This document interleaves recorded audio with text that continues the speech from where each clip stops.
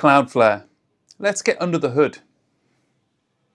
On November 18th, 2025, thousands of websites went down at once, not because of their own servers, not because of their own configuration, because they were all behind Cloudflare.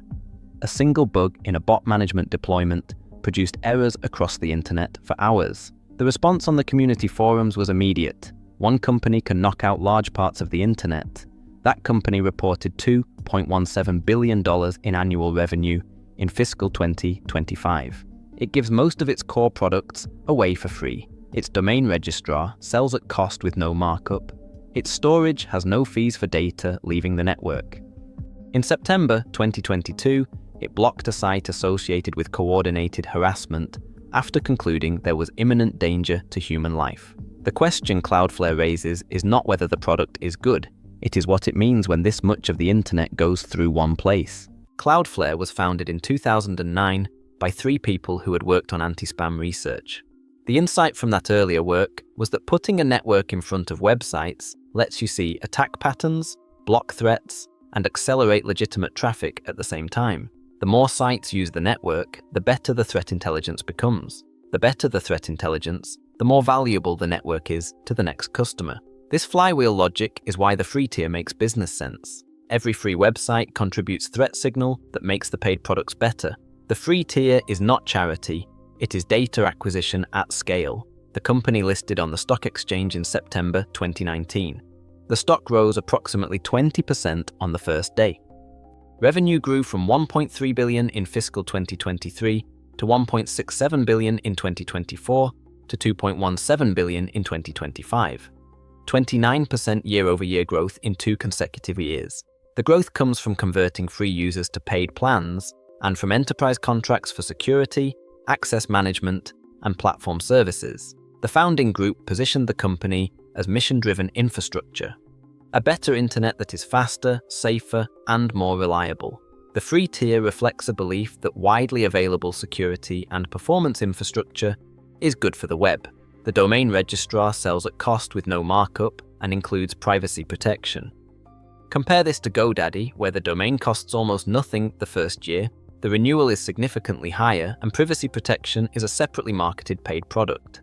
The pricing philosophy is the opposite of the renewal trap model. The community regularly asks how all of this is free. The infrastructure is already there at scale.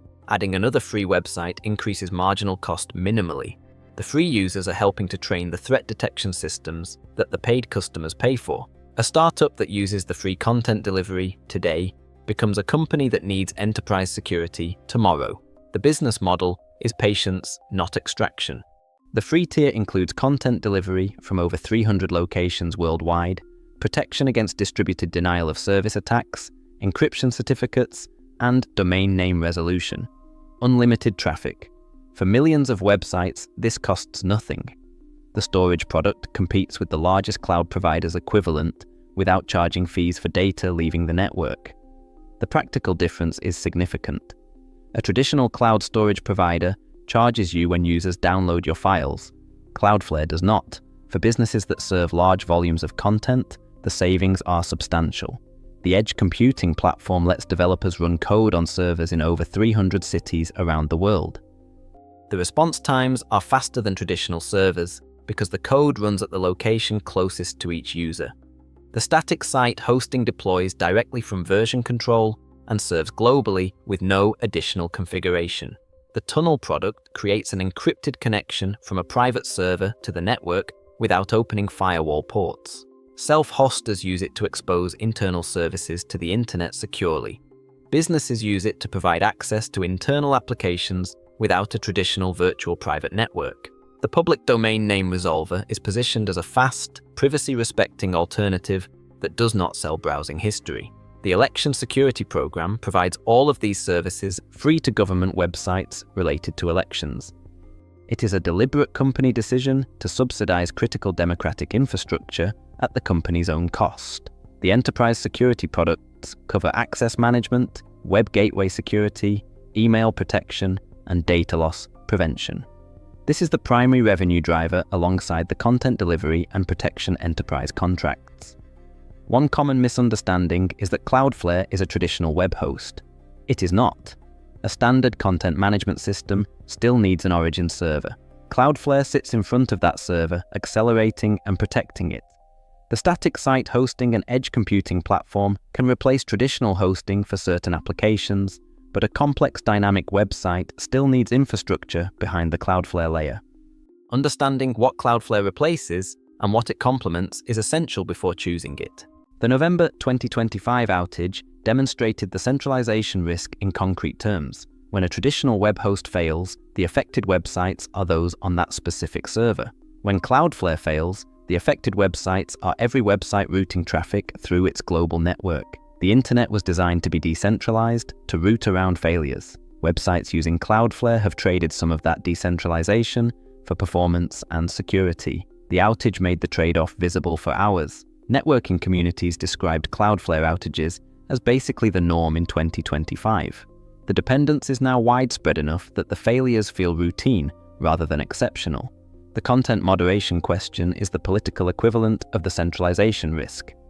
In September 2022, the company blocked a site associated with coordinated harassment after its chief executive concluded the threats had escalated to the point of imminent danger to human life. The decision established that the company does have a content policy and will act on it under sufficient pressure. The community split, too slow for those who wanted action earlier, too fast for those who believe infrastructure should be content neutral. The chief executive acknowledged the weight of what the company had done. The acknowledgement that changes everything is that a small number of infrastructure providers now have a level of influence over internet access that no single company had in the earlier era. 19 days before this research, a user's account was suspended days after creation, with no clear explanation and no path to human support through standard channels. For users who have built infrastructure on the platform, account suspension means losing access to domain records, deployments, and services simultaneously. The support model prioritizes documentation and enterprise customers. Free users with problems may find the path to resolution unclear. Cloudflare is the most important internet infrastructure company that most website visitors have never heard of. Its free tier, at-cost registrar, storage without egress fees, and edge computing platform represent a different vision of how internet infrastructure should work. The pricing is transparent, the products are technically respected, the developer community trusts it in a way that GoDaddy has never achieved. The concerns are the concerns of a company that has become too central to ignore. The November 2025 outage was not the failure of a small hosting provider. It was the failure of a company whose network carries a significant fraction of internet traffic. When it went down, unrelated businesses in unrelated countries went down together because they had one thing in common. The content moderation power is real.